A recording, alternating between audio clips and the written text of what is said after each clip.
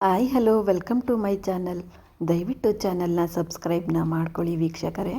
ಕಥೆನ ಶುರು ಮಾಡ್ತೀನಿ. ಕಿರಣ್ ಬೆರಳನ್ನು ಅಲುಗಾಡದಂತೆ ಹಿಡಿದುಕೊಂಡು, ನನ್ನ ಹತ್ತಿರ ಎಲ್ಲ ಚಟಗಳಿಗೂ ಔಷಧಿ ಇದೆ ಬಿಡು, ನೀನು ಟೆನ್ಷನ್ ಮಾಡ್ಕೋಬೇಡ ಎಂದು ಮಧು ನೇರವಾಗಿ ಕಣ್ಣಲ್ಲಿ ಕಣ್ಣಿಟ್ಟು ನೋಡುತ್ತಾ ಹೇಳಿದಳು. ಈ ನಶೆ ಒಮ್ಮೆ ಮೆದುಳಿಗೆ ಮನಸ್ಸಿಗೆ ಹೇರಿತೆಂದರೆ ಅಷ್ಟು ಬೇಗ ಇಳಿಯುವುದಿಲ್ಲ. ಇದಕ್ಕೆ ಯಾವ ಔಷಧಿಯೂ ಕೂಡ ಕೆಲಸ ಮಾಡುವುದಿಲ್ಲ ಎಂದು ಕಿರಣ್ ಹಿಡಿದುಕೊಂಡ ಬೆರಳನ್ನು ಹಾಗೆಯೇ ಇಟ್ಟುಕೊಂಡು ಹೇಳಿದನು. ಇನ್ನೊಂದು ಕೈ ಬೆರಳನ್ನು ಜೋರಾಗಿ ಒತ್ತುತ್ತಾ, ಅಷ್ಟೇನಾ ಎಂದು ಕಿರುಚುತ್ತಾ ಮಧು ಒಮ್ಮೆಲೆ ಮೇಲಕ್ಕೆದ್ದು, ಪ್ರತಿ ಸಲ ನಾನು ಎರಡನೇ ಕೈ ವಿಷಯ ಮರೆತು ಬಿಡುತ್ತೇನೆ ಯಾಕೆ ಎಂದು ಕೋಪದಿಂದ ಕೇಳಿದಳು. ನನಗೇನು ಗೊತ್ತು, ಮರೆಯುವುದು ನಿನ್ನ ತಪ್ಪು ಎಂದು ಕಿರಣ್ ನಗುತ್ತಾ ಹೇಳಿದನು. ಆಗ ಎನ್ನುತ್ತಾ ತೊಡೆಯನ್ನು ಚಿವುಟಿ, ಇನ್ನೊಮ್ಮೆ ಕೈ ಹಾಕ್ತೀಯಾ ಎಂದು ತಿರುವಿದಳು. ಹೇ ರ್ಯಾಬಿಟ್, ಹಾಗೆ ತಿರುವಿಬಿಟ್ಟಿಯಲ್ಲೇ ರಾಕ್ಷಸಿ ಎಂದ ಕಿರಣ್ ತೊಡೆಯನ್ನು ಸವರಿಕೊಳ್ತಾ. ಇನ್ನೊಮ್ಮೆ ನನ್ನ ಮೇಲೆ ಕೈ ಹಾಕುವಾಗ ಈ ನೋವು ನೆನಪಿಗೆ ಬರಬೇಕೆಂದರೆ ಆ ನೋವು ಮಾತ್ರ ಇರಬೇಕಲ್ವಾ ಎಂದಳು ಮಧು ಕಣ್ಣು ತಿರುಗಿಸುತ್ತಾ. ಸುಮ್ಮನಿರೇ ಸಾಕು, ನಾನು ಮೈ ಮರೆತಿದ್ದೆ ಎಂದು ನೀನು ಚಿವುಟಿದೆ ಅಷ್ಟೆ, ಇಲ್ಲದಿದ್ದರೆ ನಾನೇ ಹಾಕುತ್ತಿದ್ದೆ, ನಿನಗೆ ಚರ್ಮ ಸುಲಿದು ಹೋಗುತ್ತಿತ್ತು ಎಂದ ಕಿರಣ್. ಅಬ್ಬಬ್ಬಾ ಹೌದಾ, ಸರಿ ಬಾ ಊಟ ಮಾಡುವಿಯಂತೆ ಎಂದಳು ಮಧು. ಏನು ಸ್ಪೆಷಲ್ ಮಾಡಿದ್ದೀಯಾ ಎಂದು ಕೇಳಿದ ಕಿರಣ್. ತಿನ್ನಲು ಹೋಗುವಾಗ ರುಚಿ ಬಗ್ಗೆ ಯಾಕೆ ಕೇಳುವುದು, ಬಾ ನೀನೇ ನೋಡುವಿಯಂತೆ ಎನ್ನುತ್ತಾ ಅಡುಗೆ ಮನೆಗೆ ಹೋದಳು ಮಧು. ಎಲ್ಲವೂ ತಣ್ಣಗಾಗಿದ್ದರೂ ಆದಷ್ಟು ಮಟ್ಟಿಗೆ ಪಲ್ಯಗಳನ್ನು ಬಿಸಿ ಮಾಡಿದಳು. ಬೆಳಿಗ್ಗೆ ಮಾಡಿದ ಹೋಳಿಗೆಯನ್ನು ಕೂಡ ಮತ್ತೆ ಲೈಟಾಗಿ ತುಪ್ಪ ಹಾಕಿ ಸ್ವಲ್ಪ ಬಿಸಿ ಮಾಡಿದಳು. ಎಲ್ಲವನ್ನು ಡೈನಿಂಗ್ ಟೇಬಲ್ ಮೇಲೆ ತಂದು ಜೋಡಿಸಿದಳು. ಕೈ ತೊಳೆದುಕೊಂಡು ಊಟಕ್ಕೆ ಕುಳಿತ ಕಿರಣ್ ಅಡುಗೆಗಳನ್ನೆಲ್ಲ ನೋಡಿ, ಓಹೋ ಇಷ್ಟೆಲ್ಲ ಮಿಸ್ ಮಾಡಿಕೊಂಡೆನಾ ಎನ್ನುತ್ತಾ ಒಂದೊಂದೇ ರುಚಿ ನೋಡುತ್ತಾ, ನೀನು ತಿಂದ್ಯಾ ಎಂದು ಮಧುವಿನ ಕಡೆ ನೋಡಿ ಕೇಳಿದ. ನೀನು ತಿನ್ನದಿದ್ದರೆ ನಾನು ಊಟ ಬಿಡುತ್ತೇನೆ ಅಂದುಕೊಂಡ್ಯಾ, ನಾನೆಂದೋ ತಿಂದುಬಿಟ್ಟೆ ಎಂದಳು ಮಧು. ಓಹೋ ಹೌದಾ ಎಂದು 2 ನಿಮಿಷ ಆದ ನಂತರ, ಏನೇ ರ್ಯಾಬಿಟ್, ಮನೆಯಲ್ಲಿರುವ ಉಪ್ಪೆಲ್ಲ ಈ ಪುಳಿಯೊಗರೆಯಲ್ಲೇ ಹಾಕಿದ್ದೀಯಲ್ಲೇ ಎಂದ ಕಿರಣ್. ಅಯ್ಯೋ ಉಪ್ಪು ಹೆಚ್ಚಾಯ್ತಾ, ಸರಿಯಾಗಿ ಹಾಕಿದ್ದೇನಲ್ಲ ಎಂದ ಮಧು ಗಾಬರಿಯಿಂದ ಮುಂದೆ ಬಗ್ಗಿ ಪುಳಿಯೊಗರೆಯ ಕಡೆ ನೋಡುತ್ತಾ. ಆದರೂ ನೀನು ತಿನ್ನುವಾಗ ಗೊತ್ತಾಗಲಿಲ್ವಾ ಇದರಲ್ಲಿ ಉಪ್ಪು ಹೆಚ್ಚಾಗಿದೆ ಅಂತ ಎಂದ ಕಿರಣ್.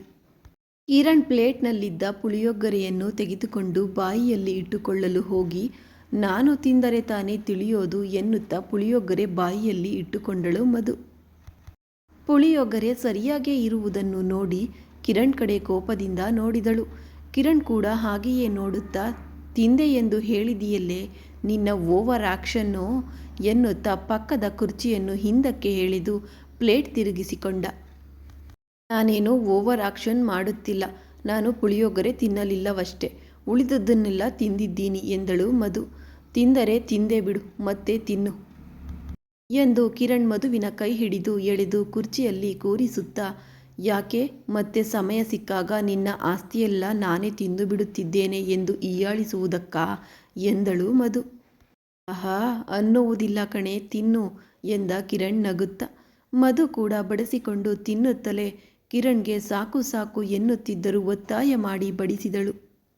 ಓಹೋ ಈ ದಿನ ಊಟ ಹೆಚ್ಚಾಗಿ ಹೋಯಿತು ಎನ್ನುತ್ತಾ ಮೇಲೆ ಹೋಗುವ ಮೂಡ್ ಇಲ್ಲದೆ ತಂದೆಯ ಕೋಣೆಗೆ ಹೋಗಿ ಅವರ ಪಕ್ಕದಲ್ಲೇ ಮಲಗಿ ನಿದ್ರೆಗೆ ಜಾರಿದ ಕಿರಣ್. ಮಲಗುವ ಮುನ್ನ ಮಗ ಆಡಿದ ಮಾತುಗಳನ್ನು ಕೇಳಿ ಅಶೋಕ್ ಮನಸ್ಸಿನಲ್ಲಿ ಸಂತೋಷವಾಯಿತು. ಮಧುವಿನ ಅಡುಗೆಯ ಬಗ್ಗೆ ಹೊಗಳುತ್ತಾ ಭುವನ ಜೊತೆ ಹೋಲಿಸಿದ್ದೇ ಅವರ ಸಂತೋಷಕ್ಕೆ ಕಾರಣವಾಗಿತ್ತು.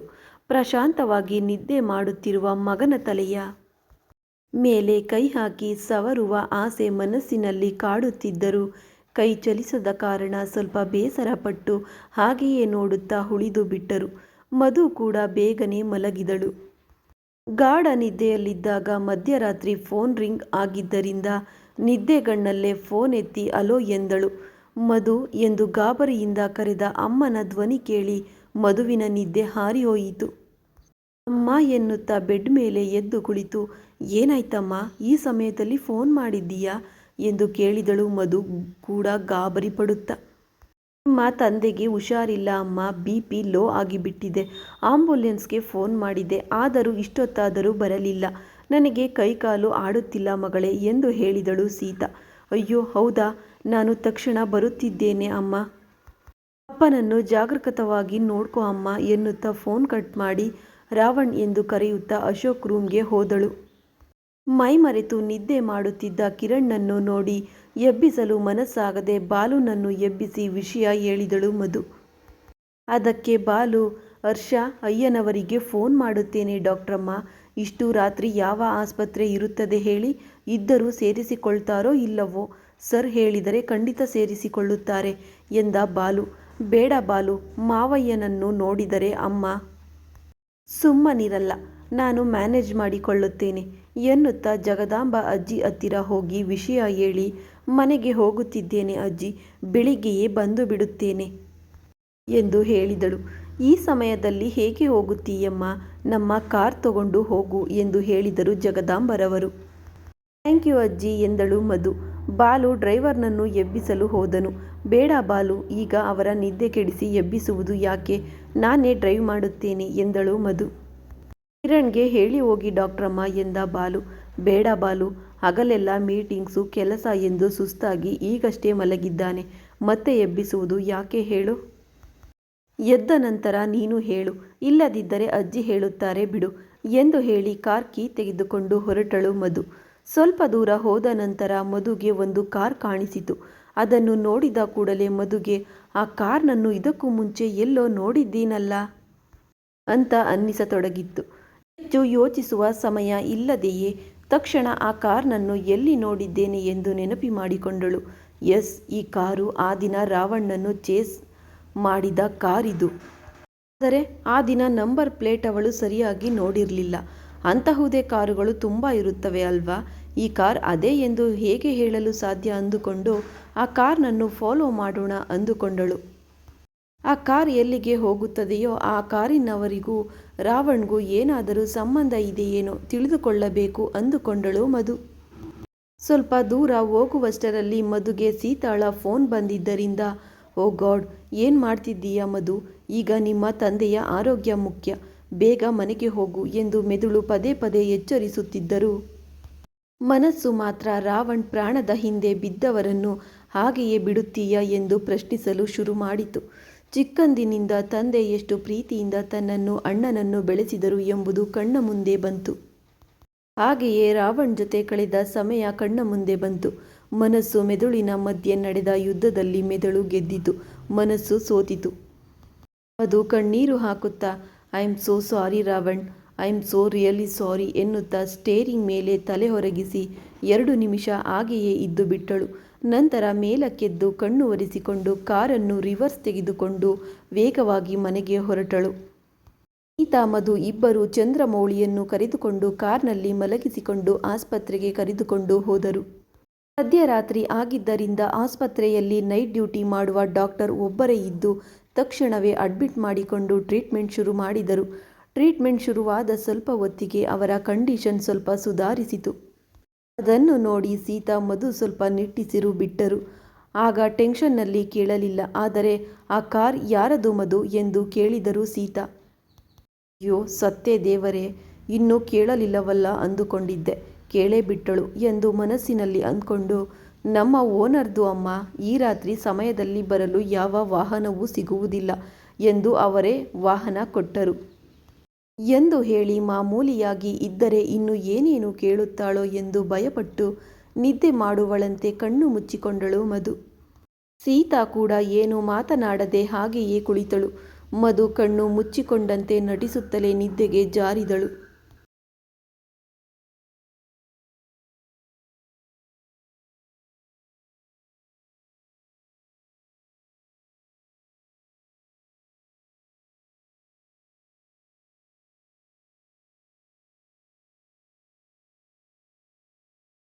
ಏಕೆಯೇ ನಿದ್ದೆಯಿಂದ ಎದ್ದು ಹೊರಗೆ ಬಂದು ಮೈ ಮುರಿದುಕೊಂಡು ಕಿರಣ್ ಮೆಲ್ಲಗೆ ತನ್ನ ರೂಮ್ ಕಡೆಗೆ ಹೋದನು. ಫ್ರೆಶ್ ಆಗಿ ಬಂದು ಡ್ರೆಸ್ಗಾಗಿ ನೋಡಿದ. ತಾನು ಪ್ರತಿದಿನ ಬರುವಷ್ಟರಲ್ಲಿ ಬೆಡ್ ಮೇಲೆ ರೆಡಿಯಾಗಿ ಇರುತ್ತಿದ್ದ ಡ್ರೆಸ್ ಇಲ್ಲದಿರುವುದನ್ನು ಕಂಡು ರ್ಯಾಬಿಟ್ ರ್ಯಾಬಿಟ್ ಎಂದು ಜೋರಾಗಿ ಕರೆದನು. ಕರೆದನು ಎನ್ನುವುದಕ್ಕಿಂತ ಜೋರಾಗಿ ಕಿರುಚಿದನು ಕಿರಣ್. ಆದ್ದರಿಂದ ಎರಡನೇ ಹೆಜ್ಜೆಯಲ್ಲಿ ಮೆಟ್ಟಿಲು ಹತ್ತಿ ಮೇಲೆ ಬಂದ ಬಾಲು. ರ್ಯಾಬಿಟ್ನ ಕರೆದರೆ ನೀನು ಬಂದಿದೆಯಲ್ಲೋ ಎಂದ ಕಿರಣ್. ಡಾಕ್ಟ್ರಮ್ಮ ಇಲ್ಲ ಕಿರಣಣ್ಣ, ಅವರ ಮನೆಗೆ ಹೋಗಿದ್ದಾರೆ.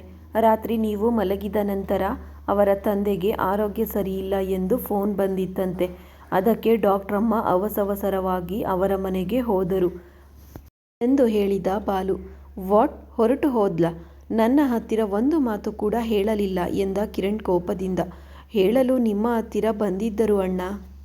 ನೀವು ನಿದ್ದೆ ಮಾಡುತ್ತಿದ್ದೀರಿ ಎಂದು ಎಬ್ಬಿಸಲು ಇಷ್ಟವಿಲ್ಲದೆ ದೊಡ್ಡಮ್ಮನಿಗೆ ಹೇಳಿ ಹೋದರು ಎಂದ ಬಾಲು. ಆದರೂ ಅಷ್ಟು ರಾತ್ರಿ ಒಬ್ಬಳೇ ಹೇಗೆ ಹೋದಳು? ತಾನು ಎಬ್ಬಿಸಲಿಲ್ಲ ಸರಿ, ನೀನಾದರೂ ಎಬ್ಬಿಸಬಹುದಿತ್ತಲ್ಲವಾ ಎಂದು ಕಿರುಚುತ್ತಾ ಫೋನನ್ನು ಕೈಗೆ ತೆಗೆದುಕೊಂಡ ಕಿರಣ್ ಕೈಗೆ ಫೋನ್ ತೆಗೆದುಕೊಂಡು ಮಧುಗೆ ಫೋನ್ ಮಾಡಿದ. ನಿದ್ದೆಯಲ್ಲಿದ್ದ ಮಧು ಫೋನ್ ರಿಂಗ್ ಆಗಿದ್ದರಿಂದ ಹಾಗೆ ತಾನೇ ಕಣ್ಣು ಮುಚ್ಚಿ ತೆರೆದ ಸೀತಾ ಫೋನ್ ಕಡೆ ನೋಡಿದಳು. ಸ್ಕ್ರೀನ್ ಮೇಲೆ ಬರುತ್ತಿರುವ ರಾವಣ್ ಹೆಸರನ್ನು ನೋಡಿದ ಕೂಡಲೇ, ಈ ಮಧ್ಯೆ ಈ ಹೆಸರನ್ನು ಕೂಡ ಇಟ್ಟುಕೊಳ್ಳುತ್ತಿದ್ದಾರಾ ನಮ್ಮವರು? ಏನೋ ಈ ವಿಚಿತ್ರಗಳು ಅಂದುಕೊಂಡಳು ಸೀತಾ ಮನಸ್ಸಿನಲ್ಲಿ. ಒಂದು ಸಲ ರಿಂಗ್ ಆದರೂ ಎತ್ತದಿರುವಾಗ ಕಿರಣ್ಗೆ ಕೋಪ ಬಂತು. ಮತ್ತೆ ಮರಳಿ ಕಾಲ್ ಮಾಡಿದ. ಫೋನ್ ಇಲ್ಲದೆ ರಿಂಗ್ ಆಗುತ್ತಿದ್ದರೆ ಸೀತಾ ಮಗಳ ಕೈಯಲ್ಲಿದ್ದ ಫೋನನ್ನು ಮೆಲ್ಲಗೆ ತೆಗೆದುಕೊಂಡು ತಾನೇ ಲಿಫ್ಟ್ ಮಾಡಿ ಮಧು ನಿದ್ದೆ ಮಾಡುತ್ತಿದ್ದಾಳೆ ಎಂದು ಹೇಳುವ ಹೊತ್ತಿಗೆ, ಹೇ ರ್ಯಾಬಿಟ್ ಎಂದು ಕಿರುಚಿದ ಕಿರಣ್. ಆದ್ದರಿಂದ ಸೀತಾ ಒಮ್ಮೆಲೆ ಬೆಚ್ಚಿ ಬಿದ್ದಳು.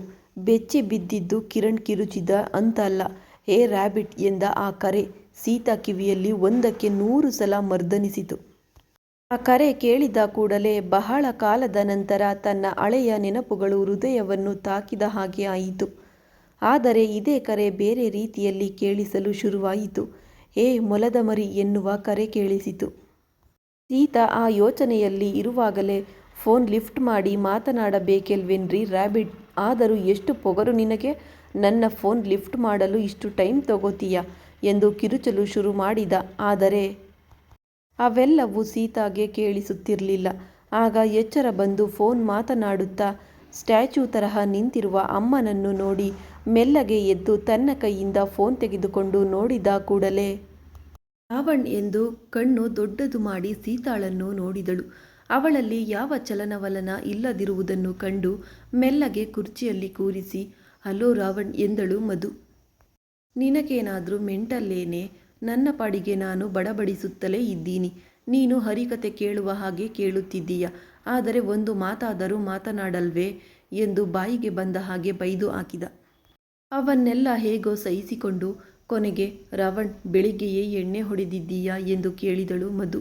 ನಿನ್ ತಲೆ ಎಲ್ಲಿದ್ದೀಯಾ, ಲೊಕೇಶನ್ ಹಾಕು, ನಾನು ಬರ್ತಿದ್ದೀನಿ ಎಂದ ಕಿರಣ್. ಓ ನೋ ನೋ, ನೀನ್ಯಾಕೆ ಅಷ್ಟು ಶ್ರಮ? ನಮ್ಮ ತಂದೆಗೆ ಈಗ ಚೆನ್ನಾಗೇ ಇದೆ. ಡಾಕ್ಟರ್ ಬಂದ ಕೂಡಲೇ ಇನ್ನೊಂದು ಸಲ ಚೆಕ್ ಮಾಡಿಸಿ ಮನೆಗೆ ಕರೆದುಕೊಂಡು ಹೋಗ್ತೀವಿ.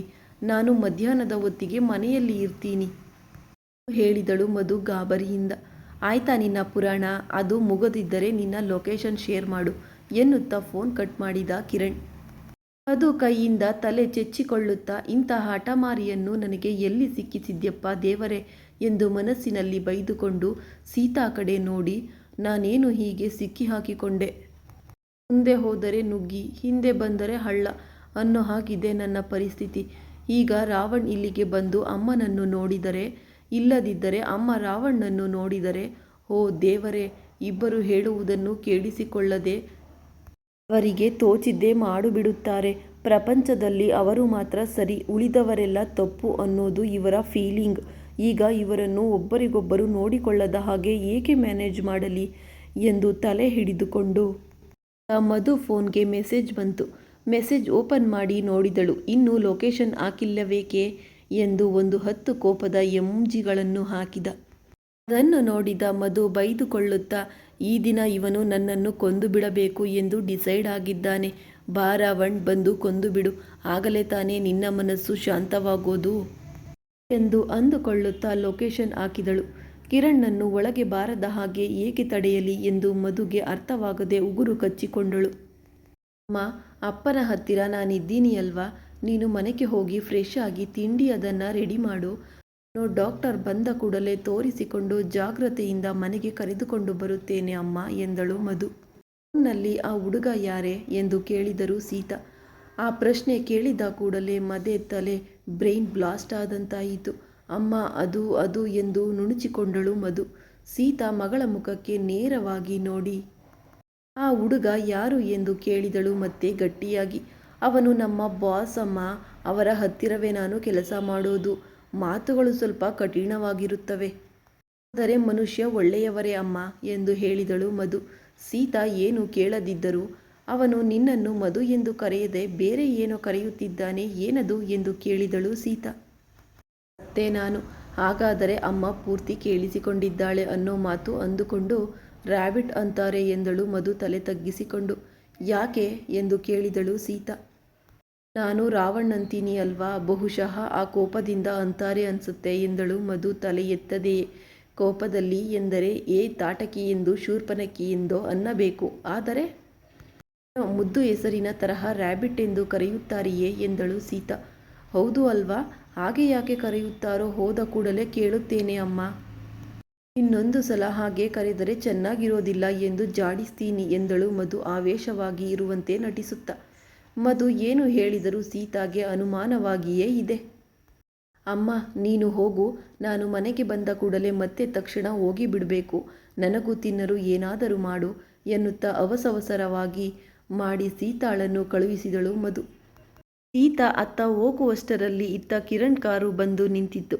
ಸೀತಾಳನ್ನು ಕಳುಹಿಸಲು ಕೆಳಗೆ ಬಂದ ಮಧು ತಕ್ಷಣ ಕಿರಣ್ ಬರುವುದನ್ನು ನೋಡಿ, ಅಷ್ಟರಲ್ಲೇ ಹೇಗೆ ಬಂದೆ ಎಂದು ಕೇಳಿದಳು ಆಶ್ಚರ್ಯದಿಂದ. ಗಾಳಿಯಲ್ಲಿ ಹಾರ್ಕೊಂಡು ಬಂದೆ ಬಿಡು ಎನ್ನುತ್ತಾ, ಓಹೋ, ನನಗೋಸ್ಕರ ಹೊರಗೆ ಬಂದು ವೆಯ್ಟ್ ಮಾಡ್ತಿದ್ದೀಯಾ ರ್ಯಾಬಿಟ್ ಎನ್ನುತ್ತಾ ತಕ್ಷಣ ಮಧುಗೆ 2 ಏಟು ಹಾಕಿದ ಕಿರಣ್. ಎಷ್ಟು ಸಲ ಫೋನ್ ಮಾಡಬೇಕೆ ನಿನಗೆ? ಆದರೂ ನನಗೆ ಹೇಳದೆ ಕೇಳದೆ ಯಾವ ಸಮಯದಲ್ಲಿ ಬೇಕೋ ಆ ಸಮಯದಲ್ಲಿ ಬಂದು ಬಿಡುವುದೇನಾ? ನೀನೇನು ರುದ್ರಮ್ಮದೇವಿ ಅಂದುಕೊಂಡಿದ್ದೀಯಾ ಎನ್ನುತ್ತಾ ಮಧು ಕೈಯನ್ನು ತಿರುವಿದ. ರಾವಣ್, ನೋವು ಎಂದು ಕಿರುಚಿದಳು ಮಧು. ನಿನ್ನೆ ನನಗೆ ತೊಡೆ ಚಿವಿಟಿ ಹಾಕಿದಾಗ ನನಗೂ ಹೀಗೆಯೇ ನೋವಾಯ್ತು ಅಲ್ವಾ, ಆದರೂ ಸಹಿಸಿಕೊಂಡೆ ಅಲ್ವಾ ಎನ್ನುತ್ತಾ, ನಿಮ್ಮ ತಂದೆಗೆ ಹೇಗಿದೆ ಬಾ ನೋಡೋಣ. ಮಾತು ಕೇಳದ ಇಂತಹ ಹಠಮಾರಿಯನ್ನು ಹೇಗೆ ಎತ್ತಿರಿ ಎಂದು ಕೇಳುತ್ತೇನೆ ಎಂದ ಕಿರಣ್. ಅವರು ಮಲಗಿದ್ದಾರೆ ಕಿರಣ್, ನಿನಗೆ ಆಫೀಸ್ಗೆ ಲೇಟ್ ಆಗುತ್ತೆ, ಹೋಗ್ಬಿಡು ಎಂದಳು ಮಧು. ಕಿರಣ್ ಮಧು ಕೈ ಬಿಟ್ಟು ಮುಂದಕ್ಕೆ ತಿರುಗಿಸಿ, ಯಾವಾಗಲೂ ನಿಮ್ಮ ಪೇರೆಂಟ್ಸ್ನ ನೋಡಬೇಕೆಂದರೆ ಏನೋ ನೆಪ ಹೇಳಿ ನನ್ನನ್ನು ಕಳಿಸಿಬಿಡ್ತೀಯ ಯಾಕೆ ರ್ಯಾಬಿಟ್?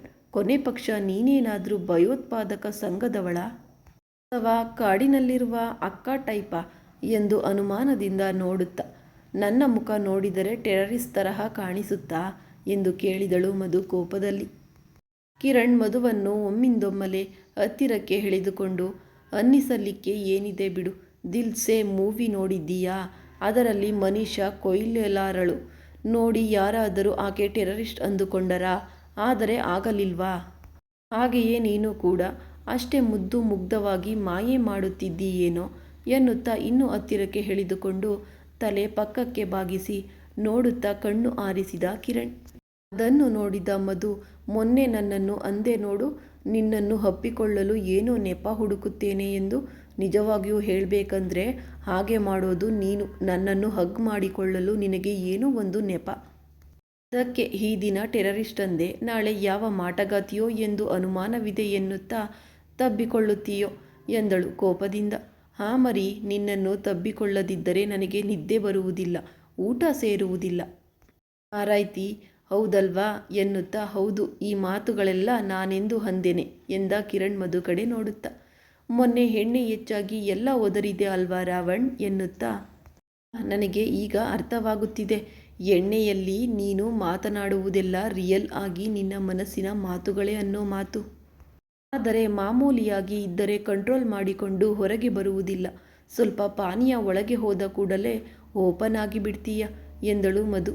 ಅದು ಕೇಳಿದ ಕಿರಣ್ ನಗುತ್ತಾ, ಅಚ್ಚಾ ಹೌದಾ, ಹಾಗಾದರೆ ಆ ದಿನ ನೀನು ಬಡಬಡಿಸಿದೀಯಲ್ಲ, ನೀನು ಕೂಡ ಮನಸ್ಸಿನ ಮಾತುಗಳೇ ಅನ್ನೋ ಮಾತು ಎಂದ ಮಧು ಕಡೆ ನೋಡಿ ಕಿರಣ್ ಕಣ್ಣು ಹೊಡೆಯುತ್ತಾ.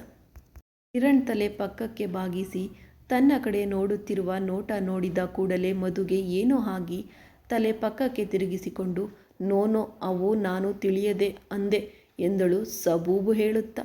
ಅಬ್ಬಬ್ಬಾ, ನೀನು ಮಾಡಿದರೆ ತಿಳಿಯದೆ ಹೇಳೋದು, ನಾವು ಮಾಡಿದರೆ ಬೇಕಂತಲೇ ಮಾಡಿದ ಹಾಗೆ ಇದೆಲ್ಲಿಯ ನ್ಯಾಯವೇ ಎನ್ನುತ್ತಾ ಮಧು ಕೂದಲನ್ನು ಬೆರಳುಗಳಿಂದ ಹಿಂದಕ್ಕೆ ಹಾಕುತ್ತಾ, ನಿಜವಾಗಲೂ ಶೆಕೆ ಆಗ್ತಿದೆ ಅಲ್ವೇ ರ್ಯಾಬಿಟ್ ಎಂದ ಕಿರಣ್. ಹೀಗೆ ಗಟ್ಟಿಯಾಗಿ ಹಿಡಿದುಕೊಂಡು ಅಂಟಿಕೊಂಡರೆ ಶೆಕೆ ಆಗದೆ ಹಾಯಾಗಿ ಇರುತ್ತದಾ ಬಿಡು ರಾವಣ್ ಎಂದಳು ಮಧು ಕಿರಣ್ ಮೇಲೆ ಕೈ ಹಾಕಿ ಹಿಂದಕ್ಕೆ ತಳ್ಳುತ್ತಾ. ನನಗೆ ಈ ಬಿಸಿಯು ಚೆನ್ನಾಗೇ ಇದೆ, ಇರಲಿ ಬಿಡೆ ಎಂದ ಕಿರಣ್ ನಗುತ್ತಾ. ಮುಂದುವರಿಯುವುದು ಮುಂದಿನ ಭಾಗದಲ್ಲಿ. ದಯವಿಟ್ಟು ಕತೆ ಇಷ್ಟ ಆದರೆ ಲೈಕ್ ಮಾಡಿ, ಕಮೆಂಟ್ ಮಾಡಿ, ನಿಮ್ಮ ಫ್ರೆಂಡ್ಸ್ಗೆ ರಿಲೇಷನ್ಗೆ ದಯವಿಟ್ಟು ಶೇರ್ ಮಾಡಿ, ಹಾಗೆ ಸಬ್ಸ್ಕ್ರೈಬ್ ಮಾಡೋದನ್ನು ಮರಿಬೇಡಿ ಪ್ಲೀಸ್ ವೀಕ್ಷಕರೇ. Thanks for watching.